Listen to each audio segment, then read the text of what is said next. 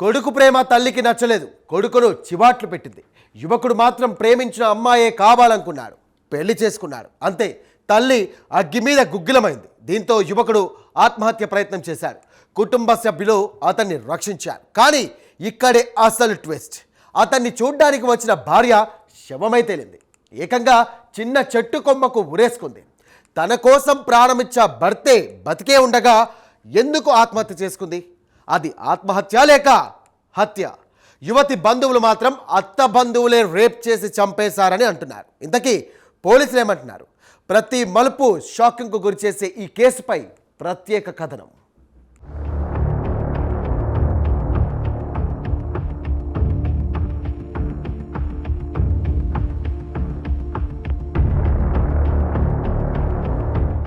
ఈశ్వర్ అనే యువకుడు స్వప్న అనే యువతి ప్రేమించుకున్నారు. పెళ్లి చేసుకోవాలనుకున్నారు. ఈశ్వర్ తల్లి మాత్రం పెళ్లికి ఒప్పుకోలేదు. అయితే యువకుడు ప్రేమను మరవలేదు.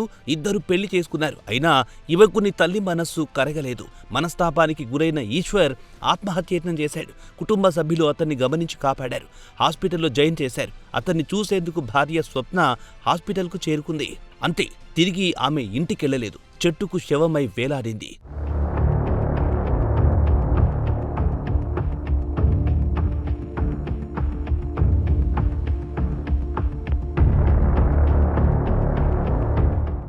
నంద్యాల జిల్లా నల్లమల అటవీ ప్రాంతంలో యువతి అనుమానాస్పదంగా మృతి చెందింది.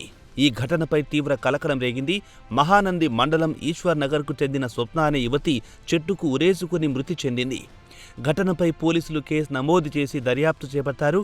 యువతి బంధువులు మాత్రం హత్యకు ఈశ్వర్ తల్లి, ఆమె బంధువులే కారణమని ఆరోపిస్తున్నారు. పైగా స్వప్నకు బ్లీడింగ్ అయ్యిందన్నారు. సన్నని కొమ్మకు స్వప్న ఎలా ఆత్మహత్య చేసుకుంటుందని ప్రశ్నిస్తున్నారు.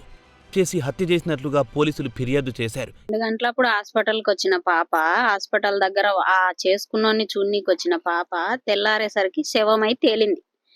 ఎట్లా శవమై తేలింది, ఎవరు చంపినారనేది మాకు తెలియడం లేదు. ఆ విషయం మాకు తెలియాలి. దానికి తోడు పాపకు బ్లీడింగ్ అవుతుంది. ఎందువలన అవుతుంది, ఎవరన్నా చేసి చంపినారా, దేని వలన, కారణం మాకు తెలియాలి. పాప అయితే చనిపోయింది, వాడైతే బతికినాడు. వాళ్ళ అమ్మ ఒప్పుకోవడం లేదని వాడైతే బానే ఉన్నాడు, బతికే ఉన్నాడు. పిల్ల ప్రాణాలు కోల్పోయింది కదా. పాప ఏ విధంగా చనిపోయింది, వాళ్ళ నుంచే కదా. మరి వాళ్ళు హాస్పిటల్లో ఉన్న వాళ్ళు ఉండాలి కదా, కనీసం చనిపోయిన పాపను చూడ్డానికన్నా రావాలి కదా. ఏం జరిగింది మాకైతే తెలియదనన్నా రావాలి కదా. ఉటినా వాళ్ళైతే పరారైపోయినారు సార్. వాళ్ళైతే లేరు. వాళ్ళు ఎందుకు గనక పారిపోయినారు, వాళ్ళలో తప్పు ఉంది కాబట్టే కదా. పాపను వాళ్ళు చంపించింటేనే కదా.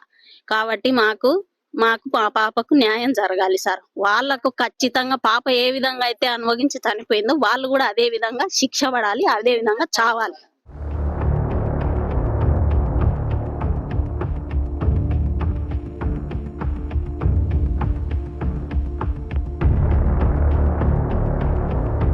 యువతి మృతి చెందాక ఆమె భర్త, అతని కుటుంబ సభ్యులు చూసేందుకు కూడా రాలేదన్నారు.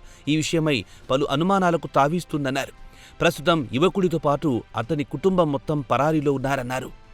పోలీసులకు ఫిర్యాదు చేశామన్నారు. హత్యకు కారణమైన వారిని శిక్షించాలని కోరారు. ఈ ఘటనపై పోలీసులు లోతుగా దర్యాప్తు చేస్తున్నారు. పోస్ట్ మార్టం నివేదిక ఆధారంగా తదుపరి చర్యలు తీసుకుంటామని అధికారులు తెలిపారు. నిందితులపై కఠిన చర్యలు తీసుకుంటామని పోలీసులు స్పష్టం చేశారు.